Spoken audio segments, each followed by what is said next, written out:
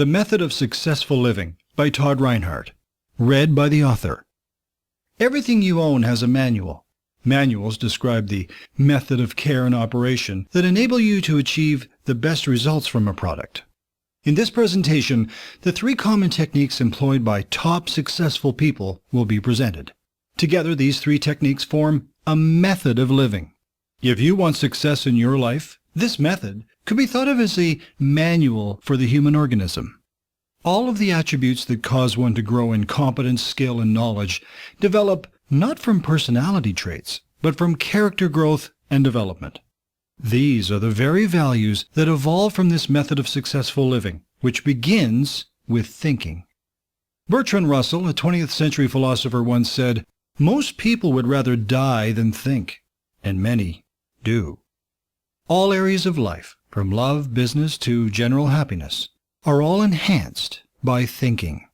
Successful people think ahead. They plan in terms of years. Complex systems that are required to handle the numbers and values of a business, to delight a lover, or have a happy life cannot consistently happen without consistent thinking. No one is born with all of the knowledge required to think in terms of creating highly developed values. This requires learning, then integrating that information. Without thinking, information remains largely useless. However, when someone thinks about it, ties it together, relates the context, and expands its meaning, then the knowledge becomes powerful. The more free-flowing, limitless, and unhindered the information is allowed to integrate, the more powerful the outcome will be. If the process of integration is blocked by nonsense or irrationality, then the mind's ability to tie it all together and give it useful meaning will be blocked as well.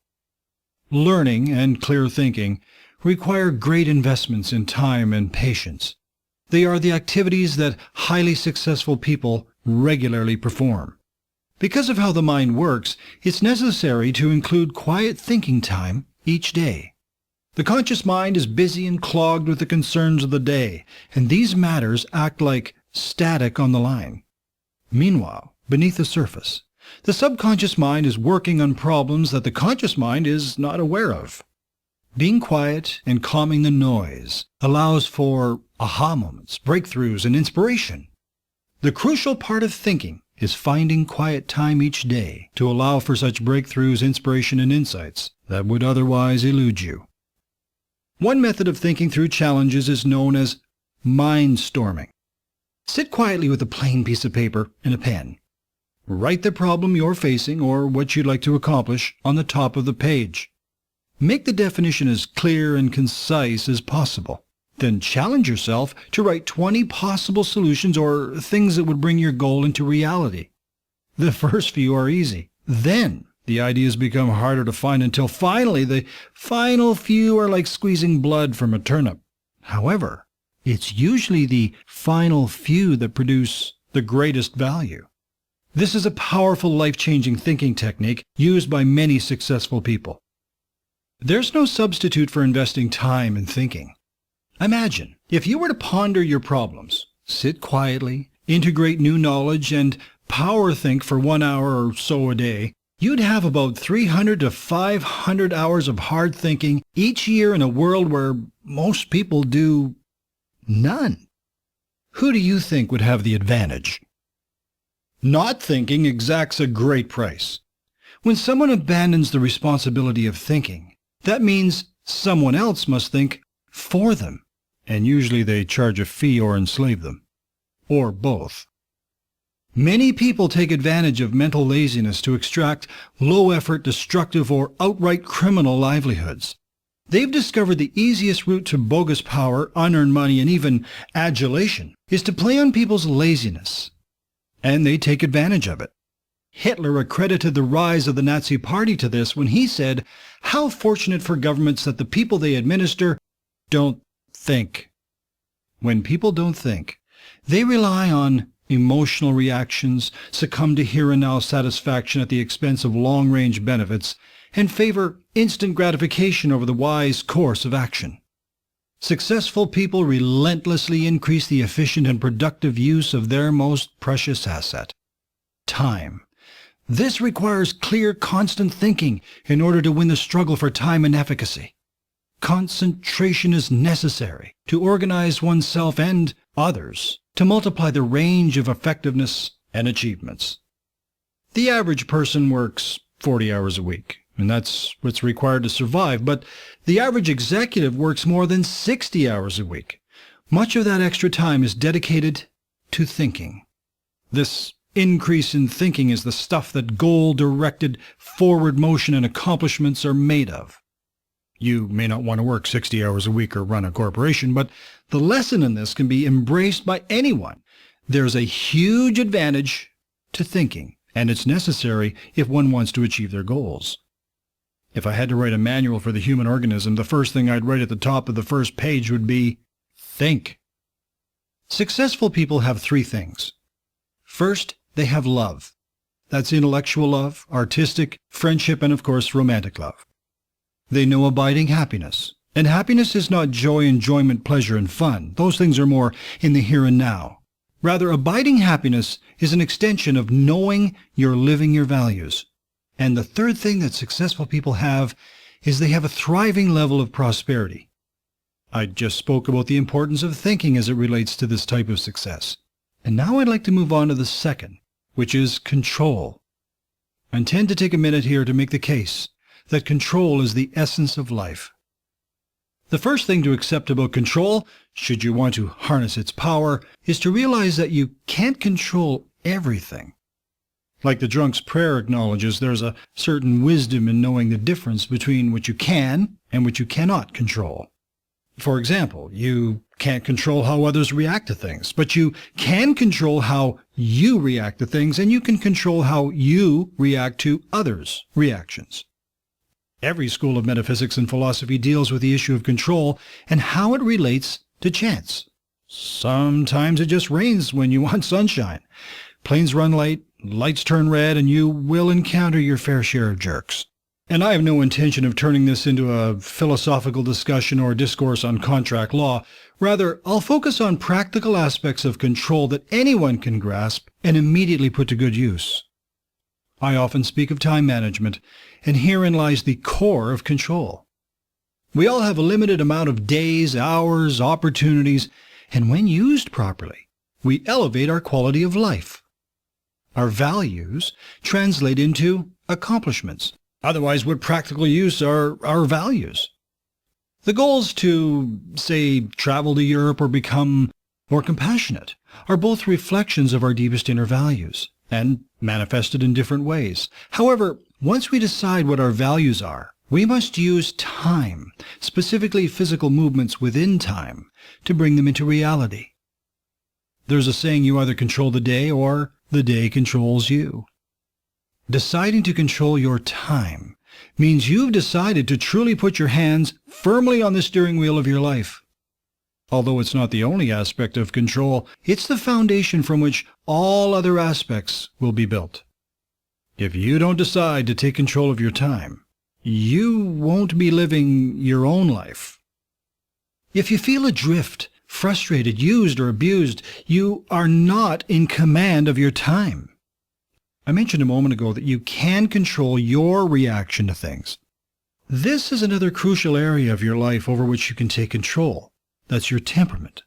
Ever notice some people just seem to glide through life as if they had no problems, while others seem to grind through each day?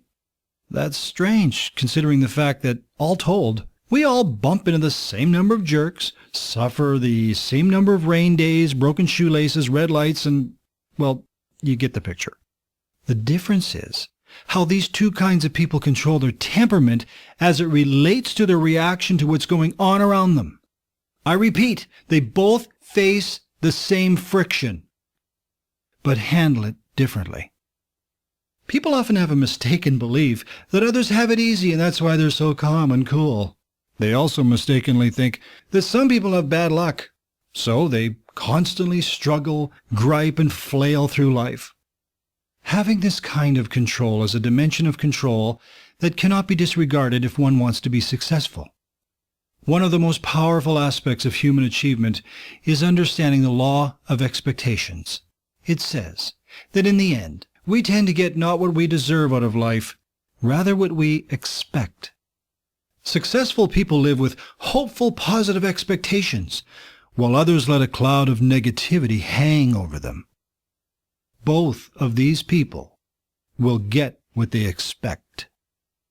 I also mentioned you can't control others' reactions. That's true on one level, but not entirely. One can learn how to motivate others, encourage them, and foster cooperation so they're driven to greater heights. Successful people work well with others, learn how to conduct win-win negotiations, understand human nature, and generally uplift others. Through brute force, browbeating, threatening, and manipulation, you may achieve what you want in the short term, but they're not long-term strategies of highly successful people. It doesn't mean successful people aren't demanding, set clear standards, and check for compliance. It just means they work with human nature as they build a wonderful team of like-minded people around them. Taking personal responsibility is crucial for taking control of one's life. Seeking to avoid reality, make it up, or evade it makes one incompetent to live successfully. At the heart of responsibility is a realization. The mind is not a reality-creating mechanism. It's a reality-seeking device. A strong, confident, personally responsible individual first looks life square in the eye. When we relinquish self-control, we stop seeing opportunities. We miss out on life and begin a downward spiral. Peace of mind, happiness, freedom, and self-awareness are all firmly rooted in a decision to take personal responsibility. A person in control is confident. They don't dodge responsibility, make excuses, or blame others. They have healthy pride. Such pride is a reflection of their self-worth because they gladly embrace the reality of the situation around them, as well as how human nature and the real world work. This is a pride born of moral virtue. They live well in the world as generous, magnificent citizens while living with rational self-interest. Such heroes self-lead rather than follow. They're strong, confident, and competent. These are the key characteristics of a person who has a solid foundation of control on which they build all aspects of their successful, dynamic life. Another aspect of control is very practical, although not obvious until one stops to think about it. As I just mentioned, it has to do with responsibility, but specifically mouth responsibility. So much about how our lives turn out is determined by what goes in and out of our mouths, including our words, food, drink, our health, relationships, and so much of our success is determined by this aspect of control. Related to this is ear responsibility. We may be able to disregard and dismiss criticism, guilt, projection, and lies on a conscious level, but our subconscious cannot sort between true and false. So unjust criticism and guilt that we hear can cause irreparable damage to our psyche. A person should always be open and receptive to factual and constructive advice or criticism, but allowing abusive mistreatment is profoundly irresponsible, and one must take steps to arrange their life so they're not exposed to it. A person's level of self-respect, pride, happiness, even the ability to experience pleasure, can be utterly destroyed if they fail to extricate themselves from an abusive stream of unjust criticism and guilt. Not only one can, but one must control their fundamental psychological state. Mouth and ear responsibilities are key to accomplishing this. One last thought on control. You can control your destiny. That's not to say you're going to reach every goal, get the girl, or climb Everest, but you can take control of the key levers in your life. This means that as you go through life's changes, unexpected bumps and tragedies, you can stay upright, happy, and know what it means to have a successful life. That's what you can do about your destiny, meaning your rich and rewarding future, but you cannot control your past. So many people dash their destiny by living in the concrete past. Nothing will hobble your ability to live competently into the future than living in the concrete past.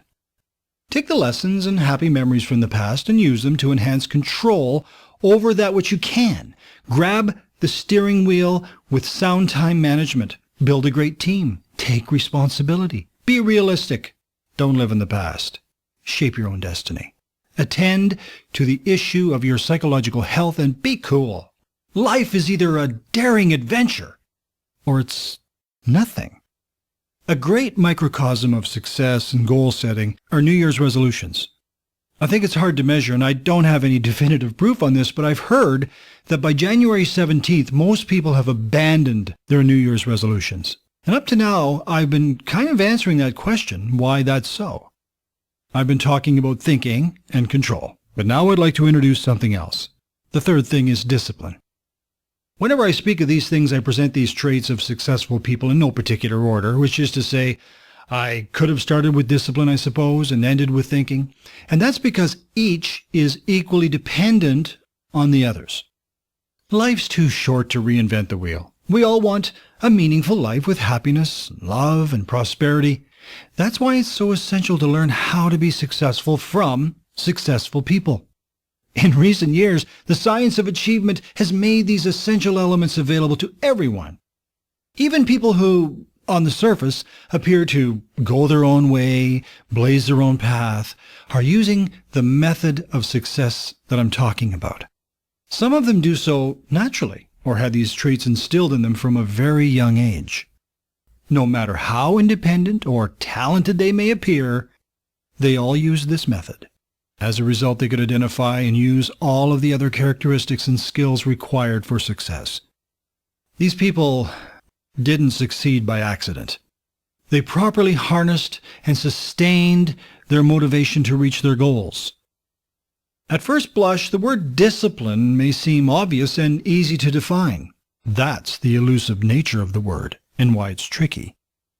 In its purest form, it means that one goes ahead and does what they know they should do, even though they don't feel like doing it. That's a fine definition, but there's more to it. One of the most admirable traits a person could adopt for themselves would be the ability to delay gratification, a trait our current culture is increasingly resistant to do. Today we like things to return an instant payoff. I often joke that my grandmother used to get up at 5:30, chop wood, and build a fire just to start the day. And I, as her grandson, pace impatiently in front of a microwave for 2.5 minutes for instant popcorn. This part of our culture has robbed us of an utterly crucial dimension of discipline. The patience to wait months or even years to realize our goals to come to fruition. The third way of looking at discipline is as a set of activities and attitudes. There are a set of actions or habits undertaken by successful people, commonly known as disciplines. No discussion of discipline would be complete without these things.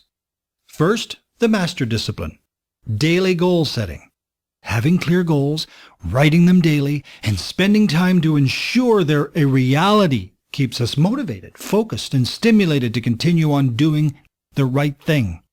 Associated with this is the discipline to plan and organize one's thoughts and actions. One's thoughts must be put into a coherent plan, prioritized and clarified, so we can maximize the effectiveness of our daily actions by working off powerful lists. Next, the discipline of concentration, where we focus on our most important tasks. This is how we determine what will most contribute to our success. Concentrated thinking, as well as hard concentrated work, will be the motor of success that literally drives us forward. Concentration is the discipline of joining our best laid plans and the productive actions that will bring those plans to fruition. There are other key disciplines that successful people use, such as exercise, learning, growing, and taking time to spend with family. Remember, relationships are everything. When climbing the ladder of success, don't lean your ladder against the wrong building. Build the time for important relationships right into your daily routine, no matter how busy you are. It's not fair to say people fail to keep their resolutions or reach their goals solely because they lack discipline. The reason's more complex than that. Sure, without discipline, it's impossible to attain a goal, but one must also exercise control, and that relies on discipline. As I just said, it's clear to see where thinking is required to set the stage for disciplined actions. Separating thinking, control, and discipline is impossible because they're far too interdependent on each other. When combined and considered as one integrated method, it all becomes clear that they are three dimensions of the same thing. They're a method of success. When used together, it becomes evident that one cannot be effective without the other. Success, when it consists of demanding actions and thinking, seems daunting, difficult, and a lot of work, and that's because it is. Many successful people cannot articulate this method, but they use it anyway. They'll often say it's important to do something you love, because it's hard to imagine putting that kind of hard and demanding work into something you don't like. When you want to achieve any goal and you've thought through the why, then the proper controls are in place to execute it with full discipline, and success is more likely. And another key is sticking with it. Many people simply succeed because they use hard thinking, iron grip control, and unwavering discipline while never giving up. Often they see their competitors fail because they just didn't go the distance, and for no other reason. These two things, thinking hard about choosing what you love and sticking with it, are subsets of the result of thinking, being in control, and living with discipline. One could say there's more than these three factors that make a successful person, but those are all subsets to the three I'm talking about here. For example, motivation could be highlighted as a crucial factor for success, and that's true, but it's a subset to this larger method. To go back to the example of resolutions, a lot of people are set and determined on December 31st to make a resolution, and they charge forth with motivation. Too often we think something is good, but fail to integrate the full method to include discipline and control, and soon find only failure in our goal setting. Admittedly, there's more to a successful life than this method, but it begins here. Learning to play baseball begins with the basic moves: throwing, catching, hitting, running. But we all know there's more nuance to the game, a deeper tradition and greater strategy to integrate in order to play with proficiency. But with that said, imagine playing the game without a firm grasp on the underlying basics. Each aspect of this method has its own characteristics. Consistently living with take no prisoners, no excuses discipline yields results that will be the closest thing you'll ever see to a miracle in your life. However, amazing discipline without thinking or control is much like launching a great missile without knowing why you're launching it, and then doing so without any consideration of guiding it. In time, one can develop discipline just as any muscle develops with exercise. Sadly, most people see discipline as a harsh taskmaster. But when incredible results are achieved, one's view of it can change dramatically. On December 31st, you may have had a resolution. You may have some attributes that you want to take upon yourself, areas of your character you want to grow, goals to reach.